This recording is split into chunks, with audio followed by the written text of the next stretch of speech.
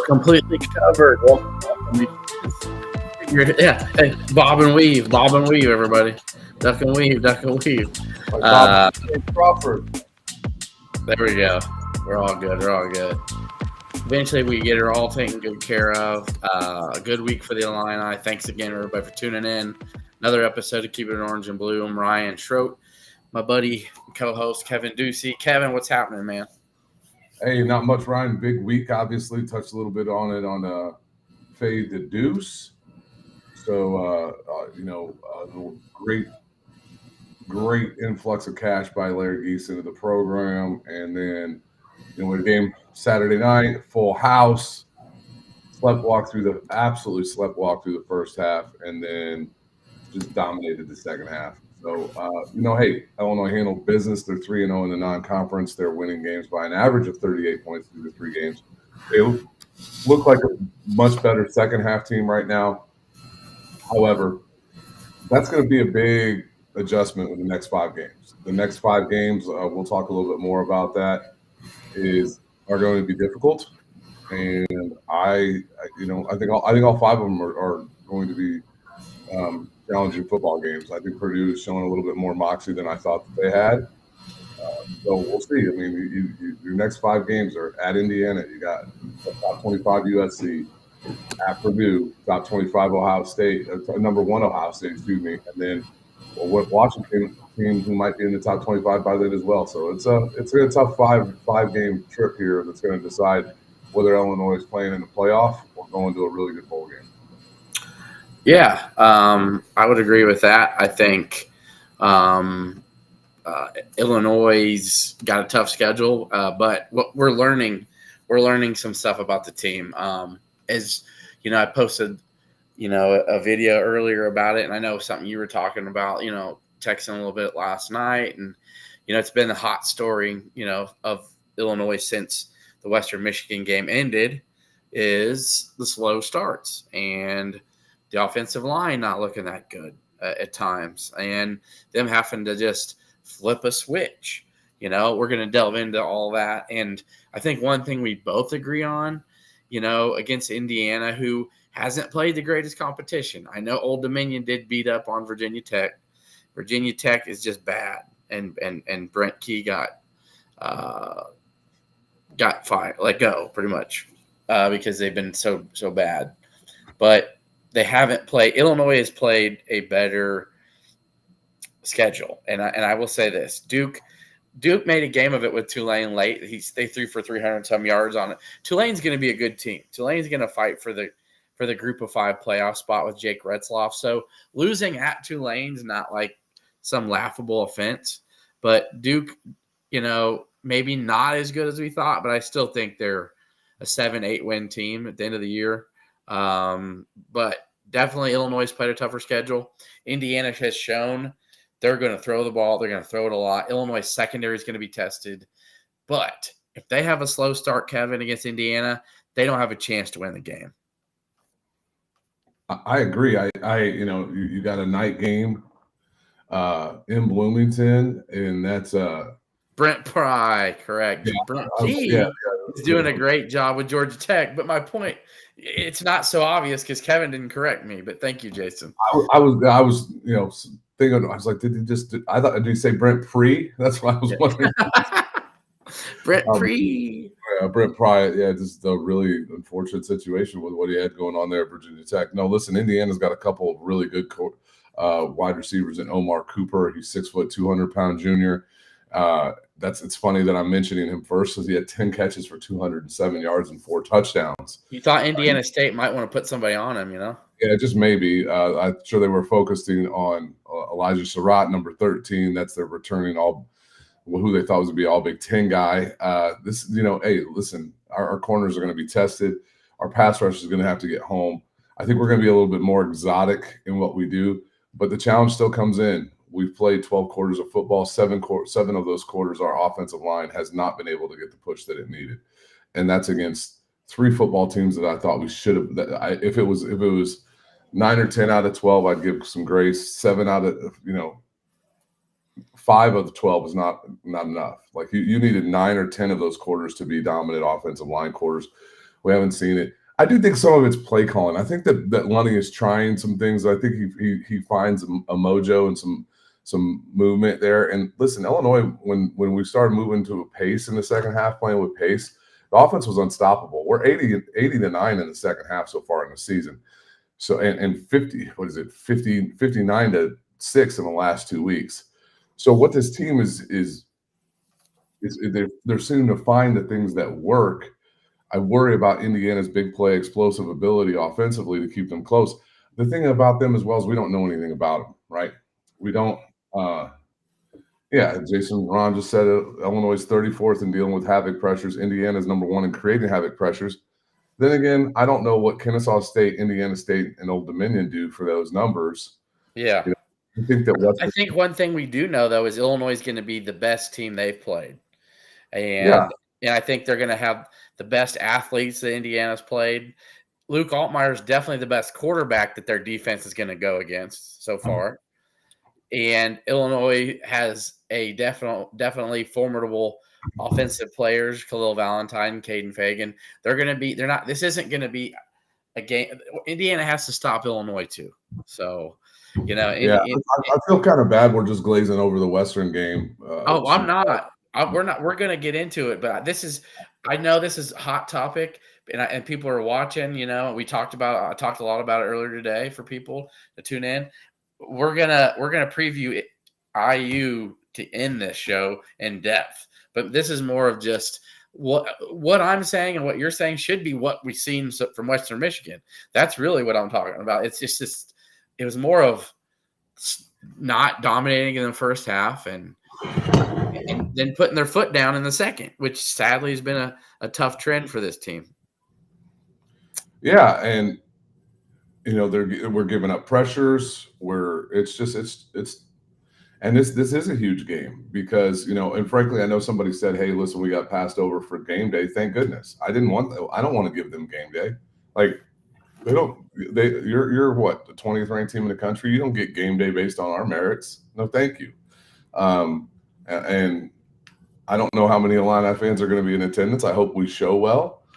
But here's the game I keep coming back to a little bit is last year, the Friday night game that I went to against Northwestern was one of the toughest environments I've ever seen. I was there. It was insanely loud. It was their 400th consecutive sellout. And I was blown away with the environment. And so, and Luke handled that environment like a champ, like an absolute champ, and the team did as well. So it's we're gonna have to keep our stuff together, if you will. And I do think that Illinois will handle the level of intensity and the noise that's going to be brought in Bloomington. It won't be nearly as intimidating environment as Nebraska was a year ago, but then at the same time, you got a better team. I mean, the Indiana team's a better team this year than Nebraska was last year. So it's going to be an interesting game. Yeah, now it's going to be a big one. We'll talk about IU to end the show before we do champagne toasts and stuff like that. But so my key takeaways from Western Michigan, and we're going to talk about injuries a little bit. Jason, feel free to drop some of what you know and what you haven't. I know we talked a little bit offline, but one thing I feel pretty confident about is Dylan Rosiak in Laufrey didn't play against Western Michigan, and we got to see some other guys step in, and some played well and some struggled a little bit. It was good to see Grant Bierman out there, Kevin. Yeah. Grant Bierman got to play a little because 42 Zardzin looked kind of lost out there at times. And, and I saw a couple plays where him and Hayden and Hood were like confused. And then they gave up a little running back toss screen for a first down that looked like Zardzin was lost. Like either he's not fast enough to keep up with the guys or he's just confused because as soon as that happened, his ass was out. I do remember that. No, what I saw from Grant, I even texted him. He came in on an outside linebacker blitz, and you could see just the exceptional speed that he has at his size. He still looks a little thin. I think he made some plays where he's kind of searching for things. The guy to me who jumped off the screen and making some plays and how he was flying around was JoJo Hayden. I think JoJo Hayden is vying for some real playing time. I'm not sure what's going on with Sabor Kareem, not playing at all in the secondary. I don't know if the red shirt's coming though. Getting Dylan Rosiak back will be huge. Now, listen, I know that Dylan is probably not as athletic as some of these other guys, but sometimes it's about being sound in the fundamentals. I'm worried about Xavier Scott. I know Coach said he'd be back. That's more than you typically hear out of Bielema, so I hope for it. And I think the thing with Jaheim Clark all along was hoping they would be back for this game. Biggest thing you worry about with hamstring issues are them re-injuring. Anybody who's a Bears fan saw it happen today. And those soft tissue injuries come right back. Jalen Johnson left the game. TJ Edwards left the game. So I think the staff is probably being overly precautionary with those guys. So, and I don't know anything about Bowick, Brad P. So. Yeah, so Bowick was the guy I want to make mention of as we talk about Western Michigan. Looked really good on that first series, and you didn't notice people. If you didn't notice, you didn't see much of him after. Yeah. It sounds like it was soft tissue, non-contact. I think definitely precautionary for sure to make sure that it definitely wasn't going to be something long-term, but, it could be, it still could be, it's not to say that Bielema's going to come out and Bielema's not going to come out tomorrow in his presser and give anything other than, that Bowick had a little bit of an issue and they're going to let it get him checked out and find out if it needs surgery or not. Let's pray that it doesn't. But it sounds like Lawfrey and Rosiak will be back. But, with Lawfrey not out, we got to see a little more Khalil Valentine, Kev. And what did you like out of what you saw from him? It's his suddenness. It's his, I think probably straight line speed. Lawfrey's the fastest. I think, obviously, Fagan is the most powerful of the backs, even though if you can get him at his legs, you can trip him up. I think what Khalil Valentine's ability to one cut in a hole, and then obviously he's showing a lot more strength this year, the ability to bounce off tacklers. I think he's the most dynamic of the running backs. Our Illini guy here chimed in RB1. I don't think he's going to be RB1 from a carry standpoint. I think from a pure ability standpoint, it's pretty obvious. But I love having the fact that we got guys who do different things.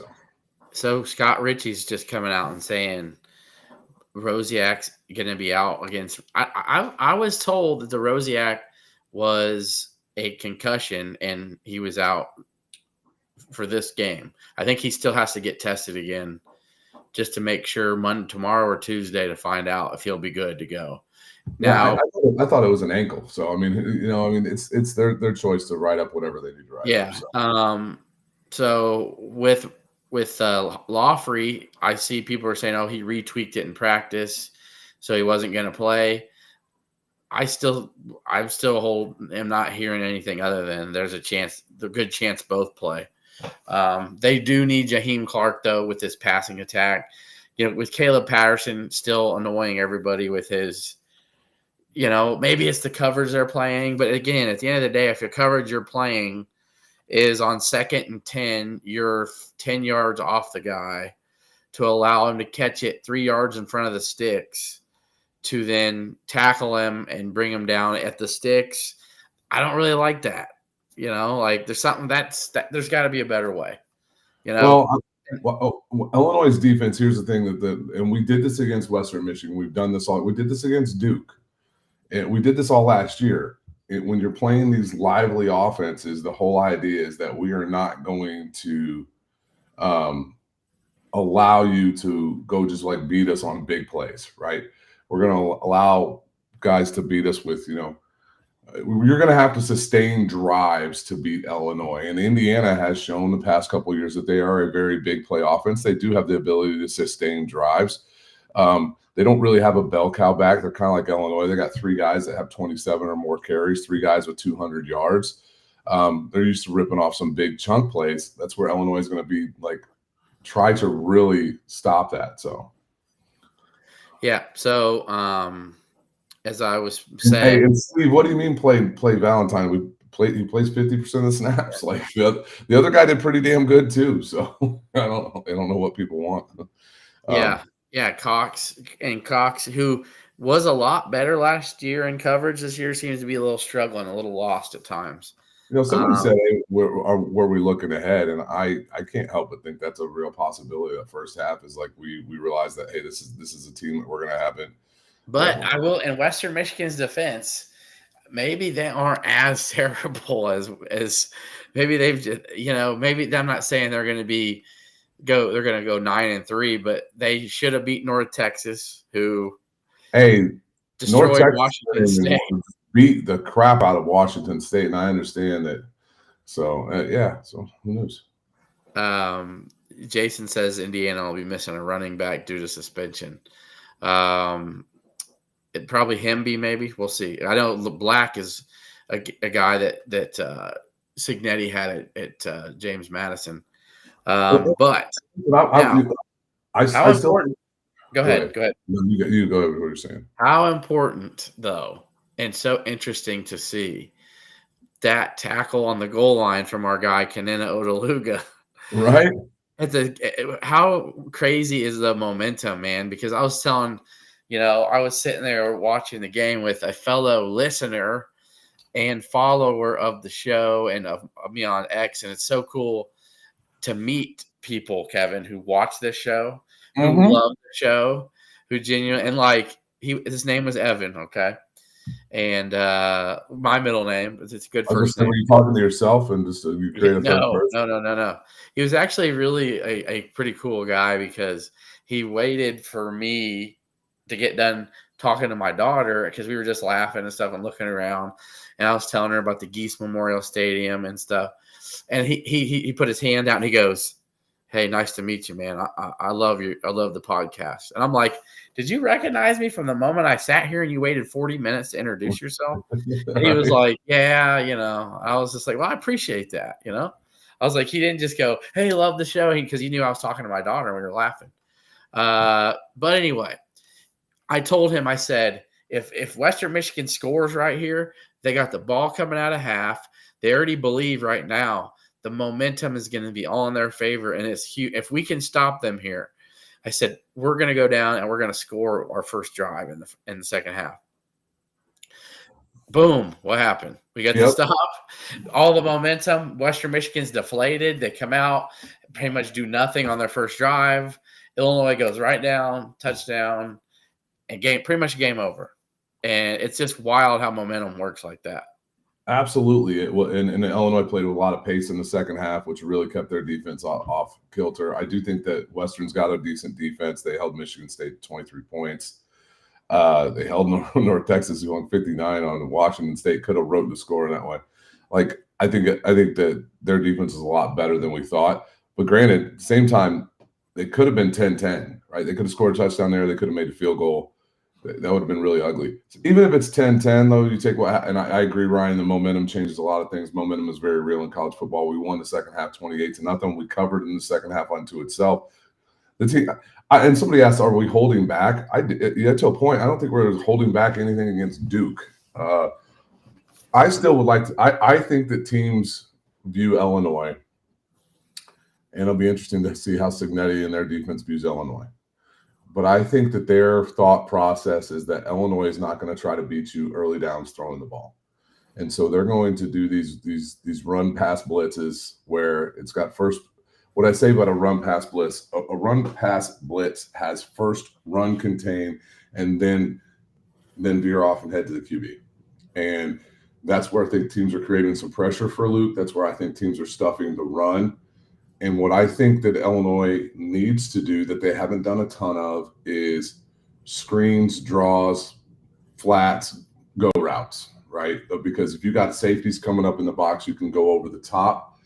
And I think that Illinois has been a little bit reluctant to do some of that. I think they're holding on to it. So, and hey, Jason Ron said it best. Ohio State was up by 10 against Ohio at half. Troy was beating Clemson at halftime. There's so many of these college football teams that were struggling early on. Oregon was struggling early on. What about Texas and UTEP, man? Yeah, Texas and UTEP. So, David Frank, RPOs. If you got to be able to sustain, protection on RPOs. So, and I will say, the running quarterback was definitely moving the ball a little bit better, but I don't think they're as accurate of a passer for them. That is the biggest issue that they've got, and why they've used the other guy, because when they're getting behind, against Michigan State, they had to use the other guy because they were down by 17, and so they're like, we can't be running the ball here with 15 minutes left, down 17. Yeah, I think you're going to see some variations off the Hank Beatty touchdown run that he had against Duke. I think you'll see that. So, I think Illinois will be a little bit more dynamic. I do listen. Brett Bielema, Barry Lundy Jr., and Aaron Henry have forgot more about football than everybody combined listening to this podcast has in their brain, right? And I say that as a guy who's very proud of my football knowledge. They know that they have to come out fast. Yeah. They know that they have to come out with something different. And so we'll see. And did you listen to the post-game press conference? I did not. Oh, so you missed this then. I wish I had the soundbite. I could have played it on here. I can start adding videos, and I might start doing it. He basically, so there was one play in that first half that just pissed me off, and everybody around me was like, "What the hell are we doing?" And it's good to know that Brett Bielema said the same damn thing. He literally in the press conference said he jumped Barry Lundy's ass for the play call. He said it was a shit play call. 3rd and 1. Remember that one? The plain little Jane, box is loaded, 9 guys in the box. 3rd and 1, just hands it off, just no fake or anything. Just, here you go, Caden, right into the 9-10 man box. Lost like 2 yards, I think, and then we punted. And to me, I just didn't understand the call because it's 3rd and 1, and they're going to stack the box, and they did nothing extravagant. It wasn't a what's that? It wasn't a cutback. You look like you're going to go one way, and then you go the other, or a pitch out, or you could have done like a little end around action from a slot receiver, something. The only thing that I felt you couldn't call there, Kevin, was just a blatant, just put it right up the gut, 3rd and 1 with 10 guys there. And that pissed off Brett Bielema too, Kev. Yeah, it did me as well. I think one of the other things that you're going to see with that, listen, it totally loosened up Duke's run defense. I think Illinois has been very reluctant to do it early in the year for very good reasons.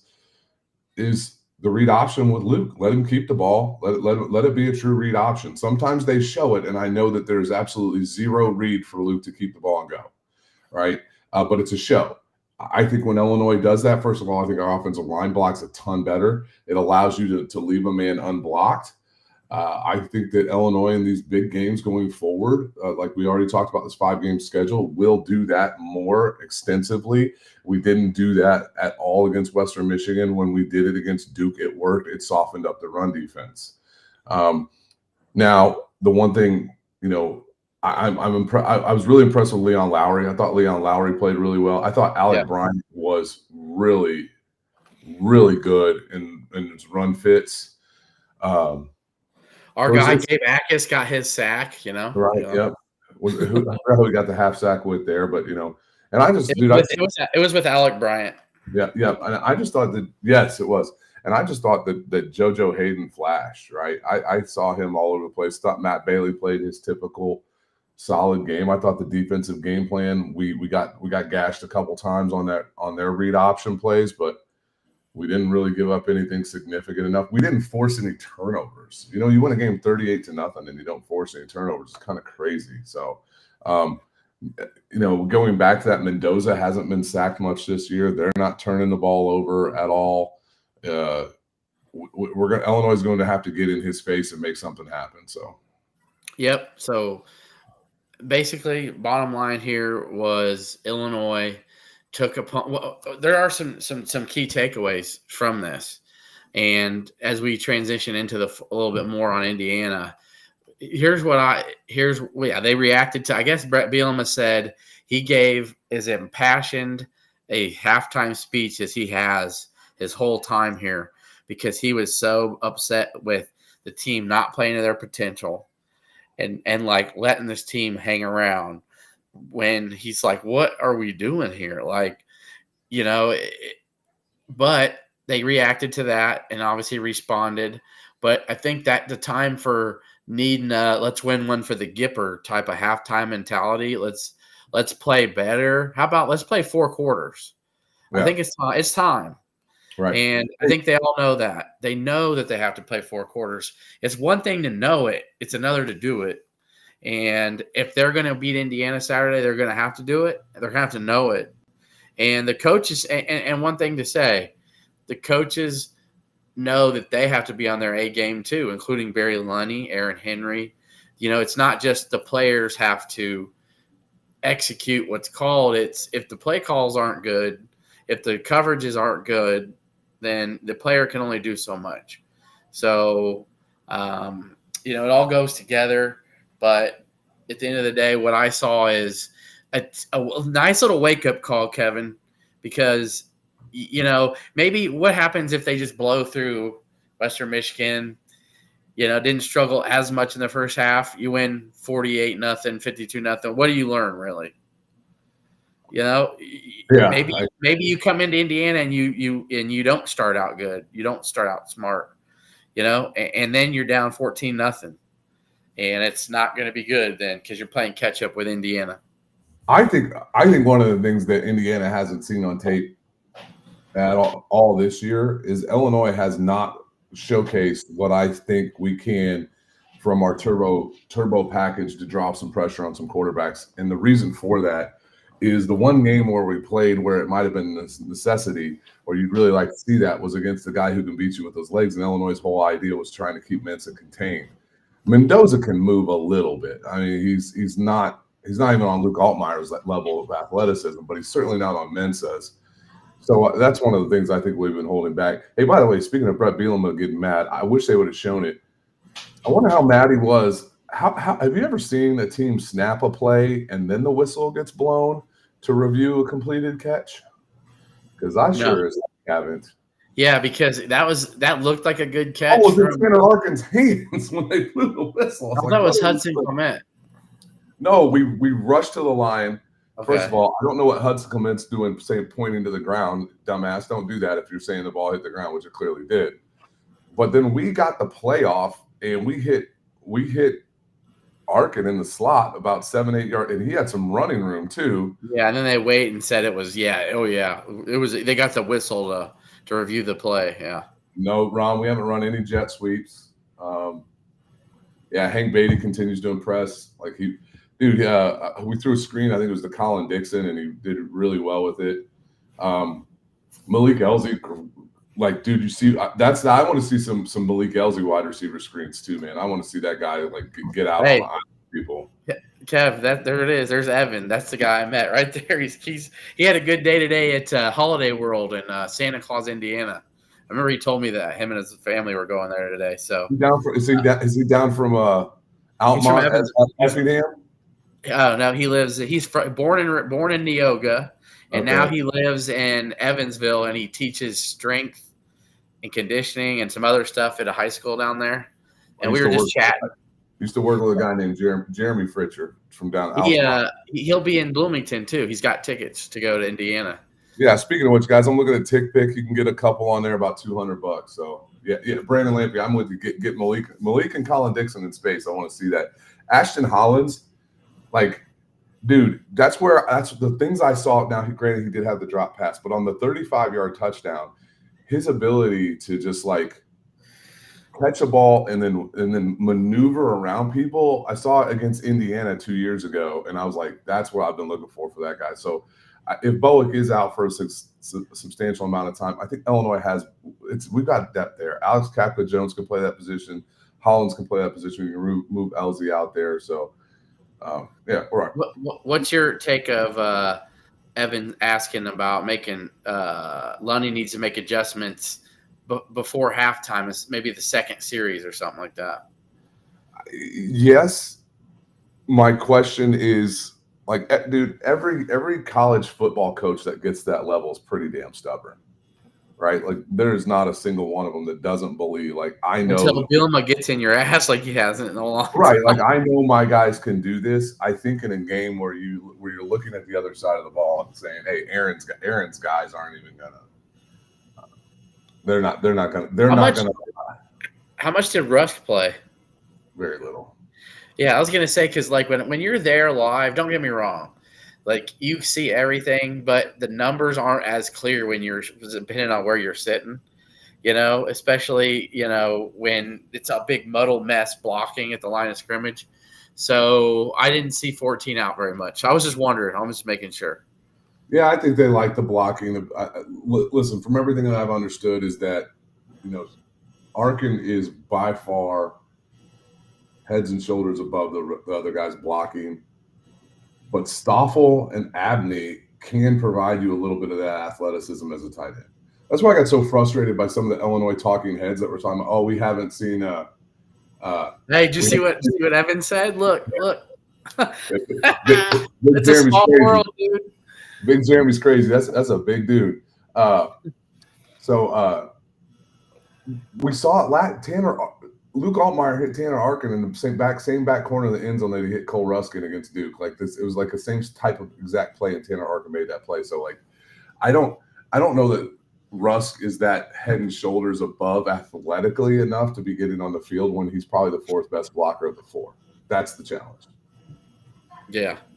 But at least though, we do know he's got good hands and he can make tough catches. And if he's in the game, you don't really have much to worry about if they're going to target him. But yeah, so the key for Illinois, though, I think as we delve into this, just a little bit more for Indiana is getting pressure on Mendoza. I think is key. He's at Cal last year.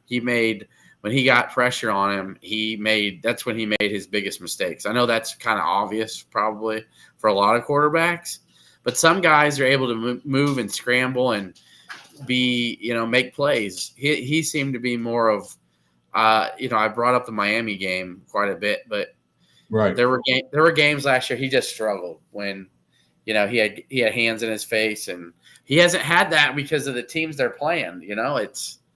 There just hasn't been a lot of pressure on him. And I know at times our defensive line has been good, but there's also been 2 or 3 series where I didn't see one quarterback hurry. Right. So that's the thing that bothers me at times with how we're playing, especially when we're rushing 3 guys. Like, are they going to go back and drop 8 guys at a time? Probably. I wouldn't expect that in this game because I don't think that you're as worried about him break and contain. And I also think that Illinois has had the ability to not show those packages where we can get some of those guys on the field. And I really hope that Daniel Brown is healthy enough to play. We haven't really seen Kanina Odaluga be unleashed in the pass rush. JoJo Hayden is showing speed. Grant Bierman was flying around the edge. I think that when they watch that on tape, they're like, dude, he's got a different gear. Then you got Lowry, Bryant, Yakis, Barna. Like Kreutz, I was going to say Kreutz wasn't out there as much, was he? 41. The way he played against Duke, I'm not trying to knock the kid, but well, I'm just saying when you win the job out of spring at a fall camp, you had to have been playing pretty good, or was it maybe the best of what's the best way to say it? The best of the worst, right? Like nobody stuck out, but like you're the better that these guys in just small avenues that we're going to play you like. And there's no room for error, I guess, right?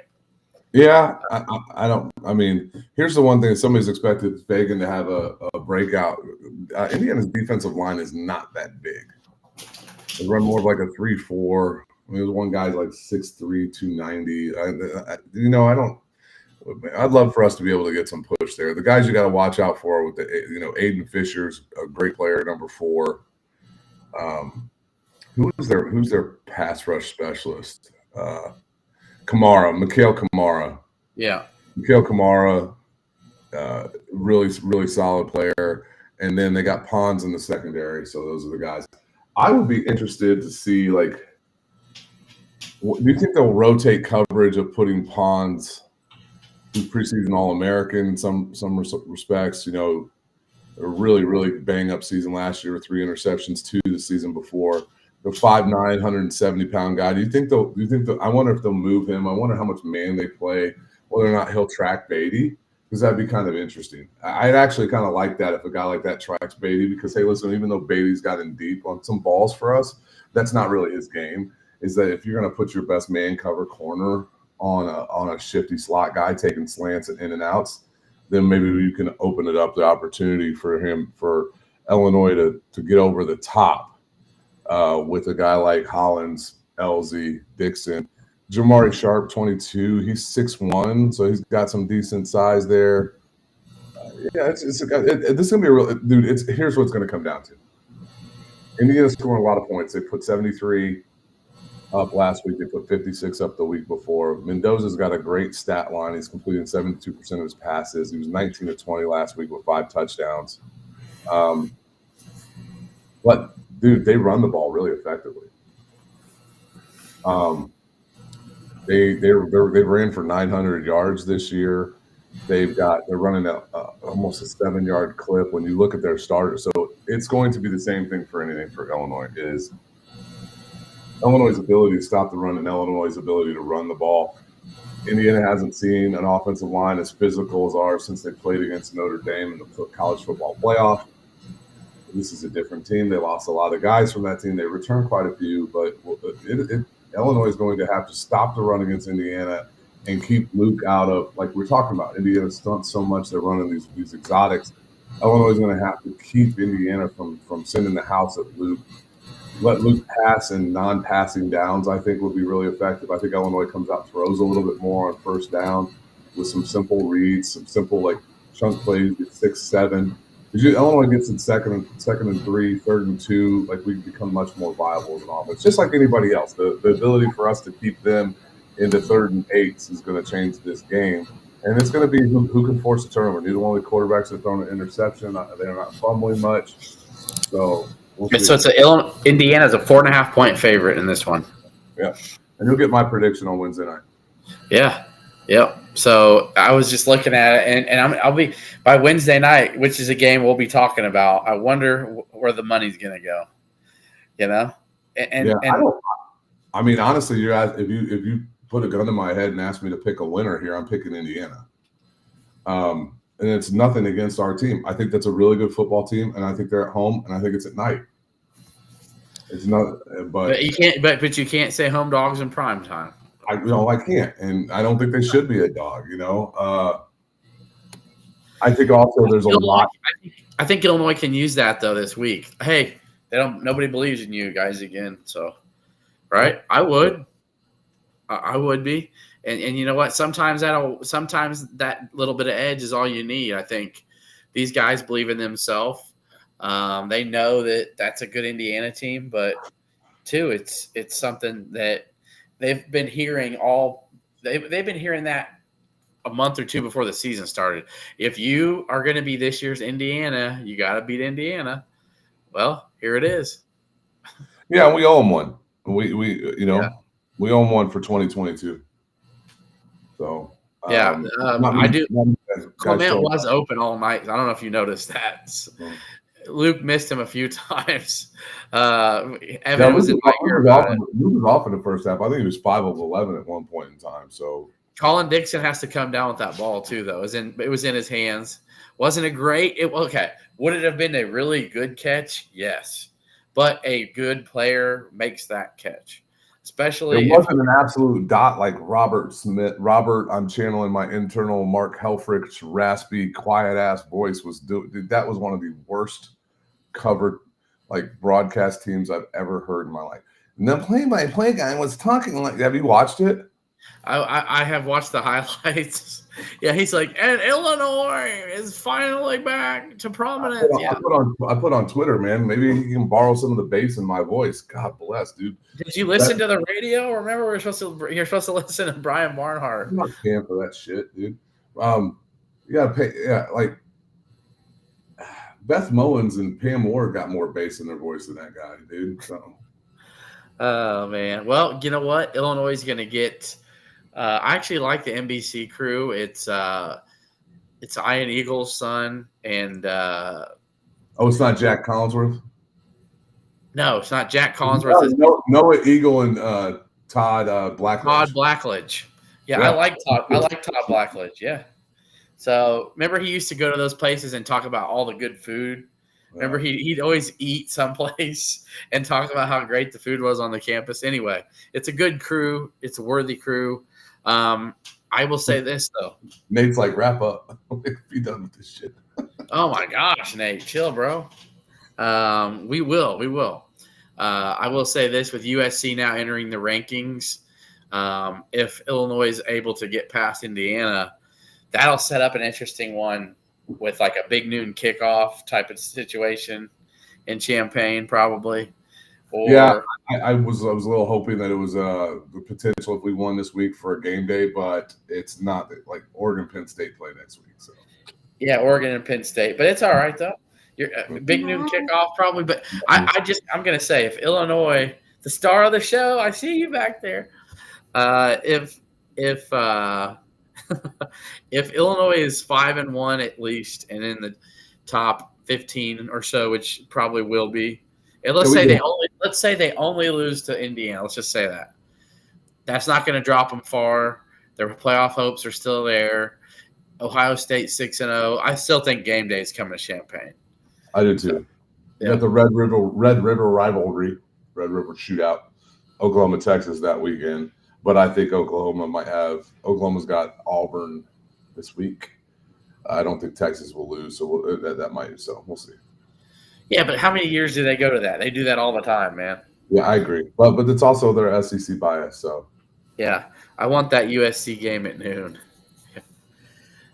Yeah, I do too. I love that. Yeah, I feel sorry for Texas Tech and Utah playing at 10 local time for Utah. Yeah. All right, let's get to our toasts here. Kev, we'll start with you. I don't care offense, defense. You can start, and then we'll go from there. I'm gonna go defense. Said his name plenty. I'm gonna go defense. I've talked about this guy a lot, so I'm not gonna say him. I've already given plenty of flowers to JoJo Hayden. Leon Lowry, 2 weeks in a row. Really good, really good. Everybody knows how much I love Daniel Brown, but my Champagne toast, Leon Lowry, got a sack, was all over the place, played really good, great against Duke, deserves his flowers. Leon Lowry, you are my Champagne toast. Hey, you mentioned him tonight. He's been on the show. I'm going, my man, Mr. Hayden. Absolutely. I don't have my drink to toast, but here's my toast. You deserve it. Every time, I've been so impressed with him since Michigan State last year. When he's out there, like, not just flying around, but, he's good in coverage. He's smart, athletic. He's a good tackler. 6'2", 245. He's thick, man. Yeah, he's been that way. I mean, when he was at East St. Louis, you could kind of tell that. And he's kind of been what we would hoped he would be. And, but, yeah, and when you give up no points – I'm gonna be honest. We could have went. You know what? I think honorable mention Kanana Odeluga probably, Kev. That play on the goal line was a hell of a play. Yeah, so, we could have done the defensive line, because I thought the defensive line as a whole was great too. I mean, like, there's a lot when you pitch shutout it. When you've given up 22 points through the entire season, when your average margin of victory is 45 something to 7 something. 7 somethings, that's the number that really sticks out to me. And the defense has been great all year, and I hope they continue to keep it up. So, yeah, defensively, Illinois' defense, comparatively speaking, against the teams they've played, I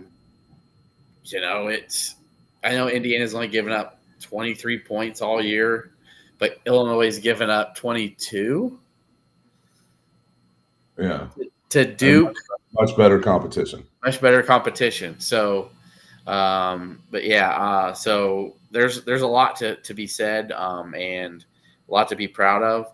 So I'm going to go with offense now. I think he deserves it. Definitely after last game, a 100-yard rushing game for Mr. Caden Fagan, 5 yards a carry, 20 rushes, 100 yards. You could just tell he was really taking advantage of a wore out. That's what makes him good. And in the third and fourth quarter, he's not going to quit. So you're going to have to bring him down when you're tired, you're wore out in that fourth quarter, which Indiana's going to have to deal with that too. And you could tell Western Michigan wanted no part of that in the fourth quarter yesterday. How many of those runs in the late third, early fourth were he was breaking 2-3 tackles and there were business decisions being made. Yeah, the business decision. It's not fun to bring him down. So my toast this week, Mr. Caden Fagan with 100 yards and a touchdown. Yeah, I'm going to stay in the backfield. I'm going to give mine to Khalil Valentine. Khalil Valentine continues to impress. 10 carries, 69 yards, got a touchdown. He's the smallest of the three backs, but, dude, Khalil, I love it. You don't have to show us how tough you are. You don't got to run into that guy at the goal line just to pop him one before you walk in. Like, just walk in, man. Like, he sought the contact with that guy on that touchdown run. But I love what he does. Look for both guys. Khalil Valentine, Caden Fagan, Champaign Toast. Look for both guys to get in the backfield a little bit more. Get the ball out of the backfield, in some pass plays this week. So I gave his dad a big fist. Boom. I said, I love your boy, man. He was literally about two rows in front. Man. His folks are cool. I walked with his mom and his sister in Orlando. Yeah, I said, man, I love your son, dude. I said, I love everything how he plays. He's like, thank you, man. I was like, he's just a hell of a player. You know, we were sitting there by Matthew Bailey's family was 2 rows down and like 4 seats over. Valentine's was the same to the right. But my special teams toast is to Keelan Crimmins. He had a really good night punting the ball. He had a 50. Yeah. He gets a lot of height on his punts, and they're like 40 to 50 yards pretty much every time. And he gets a lot of height, which allows the special teams coverage to be in the guy's face when the ball lands. If you haven't noticed, the Duke muff, that's a perfect example. He's booting that ball almost as high as he is far, which is good. And that's giving these guys always ready to be there when they catch it in case of a muff. So that you can't ask for anything better than that from your punter. No, 4 for 186, 46.5 average, 2 in the 20, long and 53. Like that's where it's at. Yeah, Keelan Crimmins, I'm going to follow you up on this one. I was just noted. I sit around and think of stuff like that at the game. I'm like, that was a 53-yard punt. I was like, that was pretty damn – and it was, like, really high, too. I'm like, that's a good one. Well, if you look at Robert Rosenthal writes his footballing articles on a Illini board, it was he talked about it this week about how important field position is. And, it was critical in the Duke game, specifically because of turnovers. But this is a team that footballs well, man. This is a team that does that. I don't know. Indiana's had to punt all year. I haven't really paid much attention. I think they did have to a couple times against Old Dominion, but not much since. Yeah. Yeah, they've got a kicker, Nico Radicic. I don't know how to say his name. But he hasn't missed this year, but he's only made all 3 of them between 20 and 30 yards. Hasn't taken a long one yet. He was 2 of 3 of 40 from last year. That's as long of 41. That might be interesting to see because I have a lot more faith in David Alano kicking 40-yard plus field goals, which I think will be a part of what happens in this game. So that's another thing too. This team has not been tested yet this year. Right. You know, like their special teams have not been required to make a difference. So no, and they haven't been forced late into a third or fourth quarter to pick up a big 3rd and 10. You know, right, or a 3rd and 8. There's been no pressure. So, you know, Illinois has had pressure. The Duke game, I would say, was very pressure-packed into the third quarter. But, yeah, so it's going to be a good one. It's going to be a fun one. I don't know, Kevin, we do predictions. We've been making predictions, haven't we? Yeah. Okay, well, I think we did earlier in the year. I think we both said 10-2. Go ahead, Kev. Give me this week's score. And I think you kind of did. No over-under, though. We're not doing the over-under.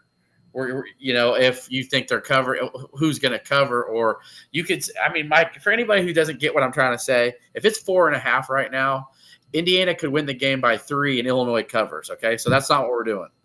So do you think Indiana wins or Illinois? I think if you want to know, you need to tune in to Fade the Deuce on Wednesday night from my perspective. So, because that will be one of our 5 games we cover. Okay, I can deal with a teaser Like, for favorite. Fade the Deuce on Wednesday night was a ton of fun. Ton of fun. I called two games that I thought were wrong team favored. I said Georgia Tech should have been favored. They won the game. I said Tennessee should have been favored. They should have won the game. Let's be real here. They melted that one away. They were in command of that whole game. It was a lot of fun. I was 4-2 this past week. I'm 12-6 on the season, 3-0 on my locks. Matt's 2-1 on his locks. Are you 3-0 or did you miss your lock this past week? I'm 2-1 on my locks because USC and Purdue kept it under 59. So well, you also didn't know they'd be playing in a monsoon level weather too, which slows down the I do forget. Yep. So listen. If you took our locks all week, you're all 3 weeks this year, you're 7-2. So like, tune into the show, hear what I have to say about it. So yeah. But Ryan, you can give your prediction. That's fine because it won't be the lock of the week. I wouldn't imagine. No, it's not the lock of the week. So as we get to the final thoughts, you know what? I think, and that's fine. Let all the Indiana fans think they're going to win by 14 plus. I think Illinois is the more ready team. I think they've been battle tested. I think they've actually had some lessons to learn. They've learned them. I can't sit here and say, what has Indiana learned this year? I don't know. I know this. They've got really good players, but they also have tons of new pieces. They haven't been tested yet. I think Illinois is ready to answer the bell and play in a big game and win the big game. They played in big games last year that they weren't ready for Penn State, even though they played their ass off. They showed against Michigan that they could do it. But again, Michigan really wasn't what everybody thought they were, but you still took care of business. They took care of business against South Carolina on a neutral field. This one, though, totally different. On the road, a dog at night. I think Illinois shows up. They play their best game of the year. And I'm going to say Illinois 31, Indiana 28. David Alano field kick to win it? Yeah. I could from 50, 48, 50.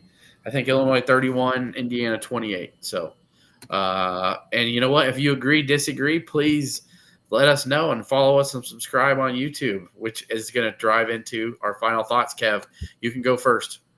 Real quick, there are tickets about $200 on TickPick. You can go there and get in the building for about $200 a pop. It'll be similar to what I think you're going to have to pay, especially if Illinois wins, to get in the building against USC the following week. My final thoughts, it has to be this. It can't be anything else. Champaign toast. Thank you. Praise you.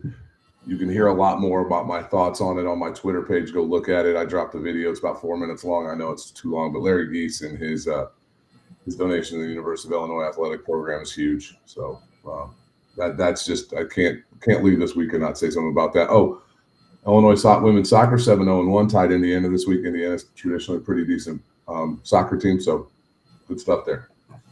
I love the women's soccer back-to-back weeks. It's good. And that is a big game. If you're tying Indiana, that's good. Yeah. Chance of rain in Bloomington Saturday night. That'd be interesting, right? It'd be a run fest. Who can JJ McCarthy stunk up the joint for the most part against the Bears, but he showed up in the end of the third, fourth quarter. Well, if you want to be an MVP level quarterback, all you got to do is play the Bears. So. Yeah. Now, I'm going to piggyback your final thought and just say this. I saw a lot of people bitching and complaining, Kevin, about Larry Geese getting to come out. And trust me, I will put the nail in the coffin for you, Kev, because I'm sure you don't get what I'm trying to say either. For people probably didn't like it. Why did Larry Geese get to wear a jersey that said Geese on it? Why did and walk out with the team and come out? I got 100 million reasons why. And come out before 250 million now. Actually, I'm sorry. Yeah, you mean like $250 million worth? Right. Yeah. Hold on a second. Motherfucker could have come out with the team tattooed on his ass. I don't care.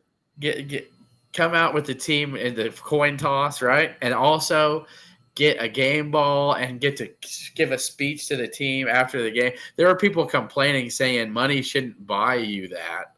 Now he's just Jeff Bezos. Anybody who has money can just come coach that help be an honorary coach. And there were people bitching about that, Kevin. I'm sure I'm shocked you hadn't seen it yet. Oh, I do. And here's my point to all of them. Yes, if you have a $50 million, $100 million, $200 million donation that you want to make to the University of Illinois, you can come out there too. You can wear skinny jeans, you can wear a Speedo, you can tattoo Illinois on your ass cheeks, ILL on one, INI on the other, and you can do whatever the hell you want. You know why? Because you just made our football program better. You made our basketball program better. You made our entire athletics team better. So here's to you, Shad Khan, if you want to come out and do that. Here's to you, Larry Ellison, if you want to come out and do that.